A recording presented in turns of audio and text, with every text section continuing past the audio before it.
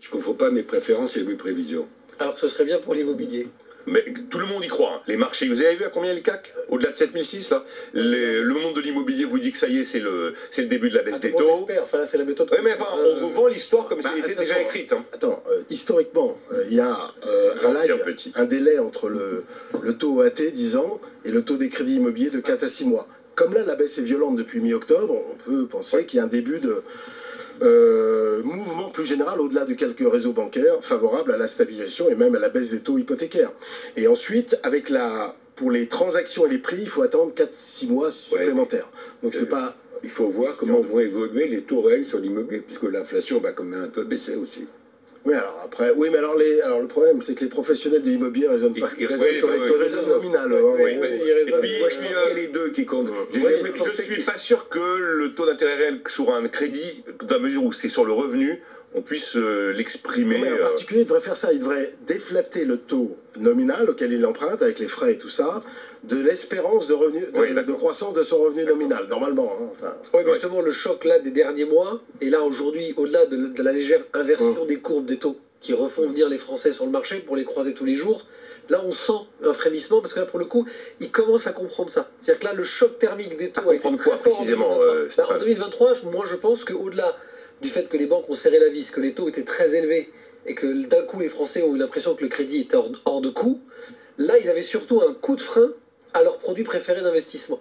Et là, dans ce que dit Jean-Pierre, c'est assez juste, c'est que d'un côté, ils commencent à faire le mécanisme, d'abord sur de long terme, de se dire que finalement, un taux élevé implique forcément une rémunération élevée, une revalorisation de leur rémunération et de leur actif dans le temps. Mais il leur a fallu du temps. Donc là, ils commencent à accepter, je vous le fais très simple, très caricatural, ils commencent à accepter que sur 20 ans, ils pourraient emprunter entre 3,50 et 4 dans les prochaines années. Ça poserait pas de problème, puisqu'ils viennent de voir, avec inertie, le rendement prendre aussi de la revalorisation, etc. etc. Ce qui n'était pas le cas du tout l'année dernière.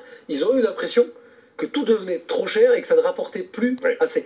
Donc c'est ça qui est très très spécifique dans ce que dit Jean-Pierre, à comprendre aux Français. Je peux vous dire que pour moi, ça a été au moins 50% du frein à l'achat l'année dernière, c'est sûr. Je pense qu'il y a une demande de logement latente qui a été juste interrompue par un choc de taux. Voilà, uniquement. Un phénomène exogène qui n'avait rien à voir avec le réflexe bancaire, Jean-Pierre, le réflexe bancaire, le HCSF, il a serré la vis aussi. Le Haut Conseil sur la stabilité financière. Sur la maturité des prêts. Il est intervenu sur la maturité des prêts, mais là, je ne pense pas qu'il va durcir. Donc, comme tu as une demande de logement latente, il suffit d'une simple inflexion des taux d'intérêt hypothécaires pour que des dizaines de milliers de dossiers qui étaient partis dans la corbeille des banquiers reviennent dans les ordinateurs. Mais ils ne sont pas partis que pour des questions de solvabilité. Là, on a eu sur des questions de taux. Les grands courtiers ont appelé à l'aide, hein, et M. Le Maire et M. Villerat-de-Gallo ont rappelé le HSF à faire l'inverse que ce qu'il lui avait demandé il y a 2 ans et demi. C'était toutes les décisions concernant le taux d'effort et les décisions concernant la durée des prêts. Ils ont trouvé qu'il y avait trop de refus bancaires malgré le manque de solvabilité, parce qu'en fait, les banques commencent à se dire, puisqu'il va y avoir choc de taux, il peut y avoir baisse des prix immobiliers, je prends des hypothèques ou des garanties sur des biens qui ne valent peut-être pas demain ce sur quoi je vais prendre ma garantie. C'est une réalité.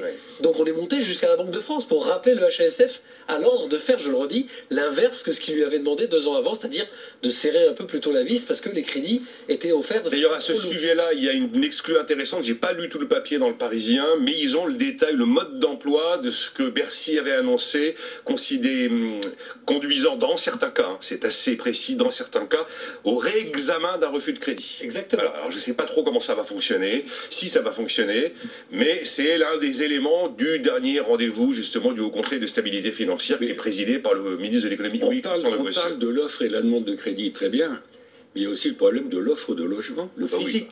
Non, mais je veux dire, que la demande de logement reparte, ok, avec la baisse des taux d'intérêt, le fait que les banques vont peut-être être un peu plus cool, etc. Mais je veux dire, tous les problèmes structurels derrière du physique, excusez-moi de le dire, ne sont pas réglés pour autant, que je le sache. Alors, Gabriel Attal a fait, c'est probablement l'un des sujets qui était le plus précis dans les effets d'annonce du discours de politique générale. Je ne les ai pas redescendus, toutes les mesures, mais il y en a 5 au total.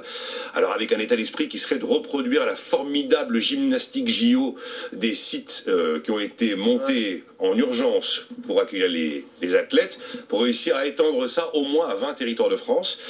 Il y a quand même toute une série d'annonces qui ont été faites où il y a des progrès. Pour vous dire que ça va débloquer l'offre. Nicolas, je peux être un peu poujadiste. La première des annonces aurait été la création d'un ministère du logement, mais c'est toujours pas d'actualité, vraisemblablement. Un ministre. Oui, un ministre de plein exercice. C'est un besoin primaire, se loger, se nourrir, se soigner. Mais dans le programme de notre président de la République, ni pour le premier mandat, ni pour le deuxième, il n'y avait pas beaucoup de choses sur le logement. De la même manière, même si c'est indépendant, il n'y a pas grand-chose sur la réforme de l'État. Pour moi, ça a été les deux angles morts des deux programmes présidentiels. Non mais là, on commence à en sourire, mais il n'y a pas de ministère du logement. C'est quand même quelque chose d'extrêmement important. Dans un aménagement de territoire, je veux dire, il y a pas, c'est aberrant. Je veux dire, dans un pays comme la France qui adore cet actif tangible et palpable, il y a un truc qui me semble ne pas aller encore tout de suite. De la même manière, d'ailleurs, on faisait remarquer qu'on avait sorti finalement l'énergie des ministères de plein exercice, puisque maintenant l'énergie est rattachée à Bercy et il n'y a plus de ministre de l'énergie. Mais il y a un ministre de la relation avec le Parlement. Bon, oui, bon, on n'a pas vu revenir le ministre du temps libre des années 80 quand... Souvenez-vous, on a vu un ministre du temps libre. André Henry. Oui, c'était ça, c'était André Henry. Avec un succès extraordinaire. Oui, c'est... ça partait bien, c'était un ministère du temps libre en même temps. C'était le début de la fin. Ça partait bien. C'était le début de la fin. Bon, on va marquer une pause maintenant parce que je ne veux pas ouvrir la question sur